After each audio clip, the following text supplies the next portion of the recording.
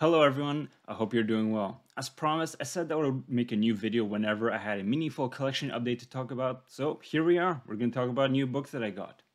The other day I found myself in the Mile End area and swung by my favorite bookshop. That would be S.W. Welsh, truly a lovely place, and I always walk out with a very respectable stack of books. Which this venture was no different, of course. I mean, just look at these. To start off, I was lucky enough to snag a copy of Forward the Foundation, which was released in 1993.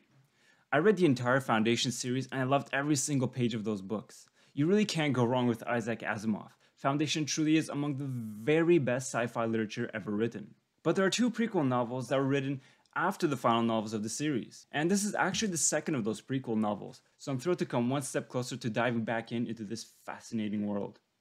As of now, Prelude to Foundation is officially on my radar. I don't know when I'll get it, but it'll find me eventually. For the next book, we have Atonement, written by Ewan McEwan. This book came out in the year 2001. I'm actually a big fan of the film adaptation from this book. I watched that movie back when it came out in cinema in 2007. It is a wonderful yet heartbreaking film. The film has an incredible cast featuring Saoirse Ronan, Keira Knightley, and James McAvoy. This is also an absolute beauty in terms of cinematography.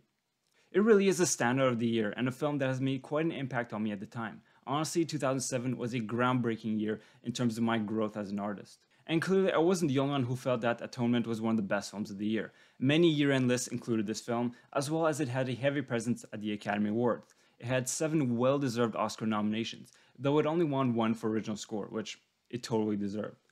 I highly recommend the film, and I'm curious to read the novel and then revisit the film, since it has been several years since my last viewing. Alright, now we're going to a bit more highbrow literature for the rest of my picks. The next book I picked up is The Epic of Gilgamesh. So let me read the back of the book to you to explain why I think this is an essential addition to the collection. The Epic of Gilgamesh, which dates from the 3rd millennium BC, is one of the finest surviving epic poems in world literature. Miraculously preserved on clay tablets discovered only in the last century, the cycle of poems collected around the character of Gilgamesh, the great king of Uruk, tells of his long and arduous journey to the spring of youth, of his encounters with monsters and gods, and of his friendship with Enkidu, the wild man from the hills. Also included in the epic is a legend of the flood, which agrees with many details in the biblical story of Noah. As a mixture of pure adventure, morality, and tragedy, the story of Gilgamesh and its futile search for immortality transcends the barriers of time, for it revolves around fundamental forces and human problems common throughout the century. It doesn't get much more classic than this, does it? Alright, for my next pick, another ancient relic from the literary world. The Histories of Herodotus is an absolute must-have addition to my collection.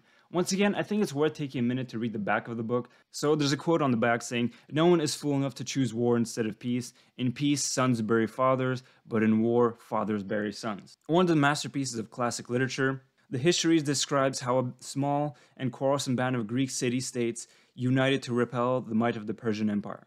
But while this epic struggle forms the core of his work, Herodotus' natural curiosity frequently gives rise to colorful digressions.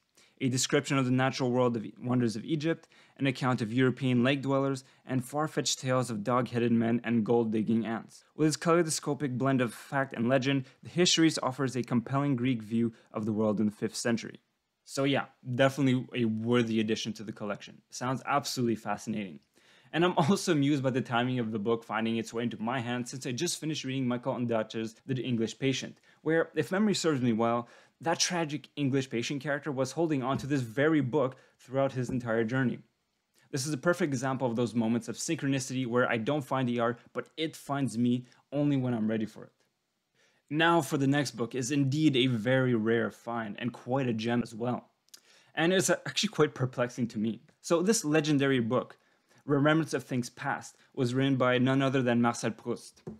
It was originally translated from English to the title of Remembrance of Things Past, as we see here, though now, as I learned, we know this book as In Search of Lost Time, which is an equally beautiful title. What I didn't know, however, is that this is one of 6 volumes of the book. I mean, indeed it says 3, but holy shit, I mean, look at the size of the thing. It's over 1,000 pages long. Wild. Apparently, depending on the edition as well, some even have 7 volumes. Yeah, it won't be easy for me to track down the rest of the book, but it's a long-term goal that will have to be fulfilled. I've heard so much praise about this novel. Just recently, I was watching a brilliant reaction commentary from YouTuber Benjamin McEvoy, I believe, not the actor we were talking about a moment ago. Anyway, he goes over an AI-generated list of the 50 greatest books of all time. And this very work actually was featured in the #1 spot. So clearly it is worth looking into. And since I mentioned Benjamin, let's just take a moment to give a shout out to his wicked YouTube channel. Honestly, by far one of the coolest channels I found in a while. If you're interested in literature and deep diving into it, the guy's perfect at it. Anyway, this clearly is a worthy addition to the collection, and one that I look forward to one day reading. And finally, ending on a rather dark and sobering note, Schindler's List. Need I really explain why this has to be in my collection?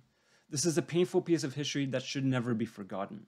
Of course, I'm much more familiar with the magnificent 1993 film directed by none other than Steven Spielberg, which is an adaptation from this book. If you haven't seen it, watch it at least once in your life.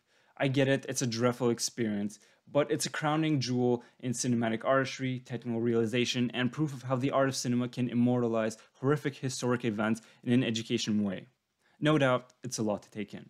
So, there you have it. God knows when I'll get around to reading all these books, but they are now a part of the collection, so they are ready to be read whenever the appropriate moment comes. I have a bit of Tetris to play to find these books at home, somewhere on the shelves, which is easier said than done, but it will be done.